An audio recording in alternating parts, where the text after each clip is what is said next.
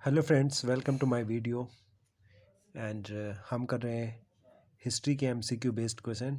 तो आइए बिना किसी देरी के शुरू करते हैं इस वीडियो को। और इसके 5 पार्ट्स ऑलरेडी कर चुके हैं। हर पार्ट्स में मैंने 50 क्वेश्चन एमसीक्यू बेस्ड एनसीईआरटी और जो डीएसएसबी ने प्रीवियस ईयर में पूछे हैं वो अपलोड किए। तो जाइए प्ले लिस्ट में देखिए। तो क्वेश्चन है, रूस में मुस्लिम बहुल क्षेत्रों में इस्लाम के आधुनिकीकरण के समर्थक कौन थे? तो इनको जादीदियो कहते थे।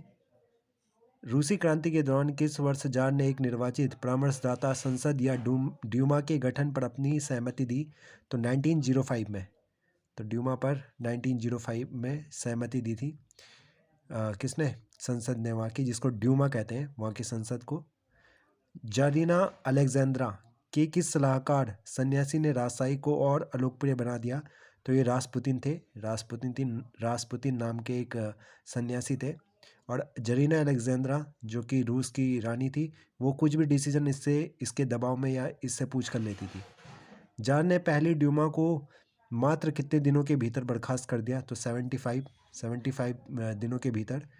किस वर्ष रूस के शहरों में अनाज का भारी संकट पैदा हो गया? 1927 और 28। और 1929 में विश्व में आर्थिक मंदी आई थी। रूस में संपन्न किसानों को क्या कहा जाता था? तो कुलक कहा जाता था, कुलक। रूस के संदर्भ में कोल खोज क्या थे? तो पारंपरिक खेती जो थी उसको कोल खोज कहा जाता था। किस वर्ष कृषिदासों की मुक्ति की राज घोषणा प्रकाशित की गई? 1861 में जो कृषिदास थे उनको मुक्ति मिल गई थी। किसकी अध्यक्षता में सामाजिक सरकार की स्थापना हुई थी? तो जॉर्ज स्लोव के। क्या नाम था इनका? George slope. सोशल डेमोक्रेटिक दल की स्थापना कब और कहाँ हुई थी? तो वर्ष 1903 में रसिया में सोशल डेमोक्रेटिक दल की स्थापना हुई थी। एंड इससे पहले श्रमिक दल की स्थापना हुई थी 1898 में, रूसी श्रमिक दल की। लेनिन ने रूस में कब क्रांतिकारी योजना प्रकाशित की? तो 16 अप्रैल 1917 में। 16 अप्रैल 1917 में लेनिन ने अपनी, जिसको अप्रैल थीसिस भी कहा जाता है, अप्रैल थीसिस। बोल्शेविक की क्रांति कब हुई थी? 7 नवंबर 1917 में। बोल्शेविक, जिसको रेड रिवॉल्यूशन भी कहा जाता है, जिसके द्वारा वहाँ से जो जारशाही था उसको ख़त्म कर दिया गया और बोल्शेविक दल ने अपनी वहाँ पे सरकार बनाई थी। व्लादिमीर लेनिन इसके प्रथम प्रधानमंत्री थे। बाद में उसके स्टालिन बने थे 1924 में। वैज्ञानिक समाजवाद का संस्थापक कौन था? तो कार्ल मार्क्स, जो कि समाजवाद के पुरजोर प्रवक्ता और एक विद्वान थे, स्कॉलर थे, कार्ल मार्क्स। ठीक है, कार्ल मार्क्स। समाजवाद शब्द का प्रयोग सबसे पहले किसने करा? तो मार्क्स ने। कार्ल मार्क्सवाद की विचारधारा में समाजवाद के सिद्धांत को देखने को मिलता है, जो पूंजीपतियों का पूंजीवाद का क्या करते हैं? विरोध करते हैं, पुरजोर विरोध करते हैं। कृषिदासों का मुक्ति आंदोलन कब हुआ? तो सन 1855 में कृषिदासों का मुक्ति आंदोलन हुआ था।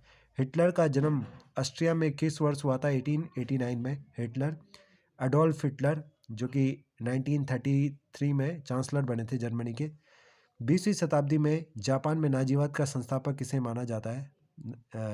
20वीं शताब्दी में जर्मनी आएगा यहाँ पे। जर्मनी, जापान गलत लिखा हुआ है तो यहाँ पे आएगा जर्मनी। लिख देते हैं हम जर्मनी। हिटलर इसका सही आंसर है। हिटलर ने जर्मन वर्कर्स पार्टी की सदस्यता कब ग्रहण की? तो 1919 में हिटलर ने। और प्रथम विश्व युद्ध में हिटलर एक सैनिक था। हिटलर को जर्मन चांसलर का पद 1933 में राष्ट्रपति हिंडनबर्ग द्वारा नियुक्त किया गया था। राष्ट्रपति हिंडनबर्ग थे। तो इम्पोर्टेंट क्वेश्चन है ये। किस अधिनियम के अंतर्गत जर्मनी में तानाशाह सरकार की स्थापना हुई? तो विशेषाधिकार अधिनियम 1933। सारे एनसीईआरटी के क्वेश्चन है, क्लास 9th, रशियन रिवॉल्यूशन जो आपका है। और गैस्टापो क्या था? राज्य गुप्तचर पुलिस थी गैस्टापो। हिटलर की नस्लवादी सोच निम्नलिखित में से किसके विचारों पर आधारित थी? डार्विन एवं स्पेंसर के। लेब्रेंस्त्राउम नामक विचारधारा निम्नलिखित में से किससे संबंधित है? भू राजनीतिक अवधारणा से। जर्मन की नाजीवादी सरकार द्वारा यहूदियों के उन्मूलन हेतु गैस चैम्बर का निर्माण कहाँ किया गया? तो पोलैंड में। पोलैंड में इन्होंने क्या करा था? जर्मनी के जो नाजीवादी विचारधारा वाले थे, तो उन्होंने करा था पोलैंड में गैस चैम्बरों का निर्माण, और वहाँ पे यहूदियों को और फिजिकली डिसेबल्ड पर्सन को, जितने भी जर्मनी थे उन सबको इकट्ठा कर हिटलर के आदेश पर उनको वहाँ सजा दी जाती थी, और गैस चैम्बर के अंदर जहरीली गैसों में रखा जाता था। तो इसमें बहुत सारे यहूदियों की और विकलांगों की मृत्यु हुई थी। तो ये बहुत ही ऐसी घटना थी जिसको आज भी लोग याद करते हैं तो सहम जाते हैं। आगे है, जर्मनी द्वारा किस देश पर आक्रमण के बाद द्वितीय विश्व युद्ध प्रारंभ हुआ था? तो पोलैंड पे जैसे ही जर्मनी ने कब्जा करा, उसके बाद सेकेंड वर्ल्ड वॉर की शुरुआत हो गई थी 1939 में, और 45 तक ये चला था। निम्नलिखित में से असत्य कथन का चयन कीजिए। तो हिटलर निशस्त्रीकरण सम्मेलनों का बहिष्कार कर जर्मनी को ताकतवर बनाने लगा, बिल्कुल सही है। वर्साय की संधि से इटली भी असंतुष्ट, इसलिए वहाँ मुसोलिनी के नेतृत्व में फासीवाद का उदय हुआ। तो ये वाला जो कथन असत्य है। द्वितीय विश्व युद्ध के लिए मुसोलिनी की भी फासीवादी विचारधारा थी, जिस तरह से हिटलर की थी। द्वितीय विश्व युद्ध के लिए ध्रुवीय राष्ट्र की नीतियों का सबसे अधिक जिम्मेदार माना जाता है, बिल्कुल सही बात है। जो केंद्रीय राष्ट्र थे, जिसमें Germany, Austria Hungary Empire, Germany को पुनः ताकतवर बनाने में ब्रिटेन और फ्रांस की नीतियाँ ही जिम्मेदार थी। जर्मनी को पुनः ताकतवर बनाने में ब्रिटेन और फ्रांस की नीतियाँ ही जिम्मेदार थी। आगे देखते हैं, हिटलर के नाजी पार्टी के कार्यक्रम में कितने बिंदुओं को शामिल किया गया? 14 बिंदुओं को। नाजी पार्टी हिटलर की थी। हिटलर द्वारा स्थापित गैस चैम्बर को किस नाम से जाना जाता था? संक्रमण मुक्त क्षेत्र ये कहा जाता था।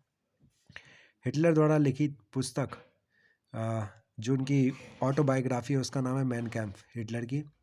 नाजी दल के सदस्य किस रंग की शर्ट को पहनते थे? तो ब्राउन कलर की। तो 280 क्वेश्चन हम कर चुके हैं एमसीक्यू बेस हिस्ट्री के, 6 पार्ट हमने करे हैं, आगे भी करेंगे। तो फिर मिलेंगे एक नए वीडियो में।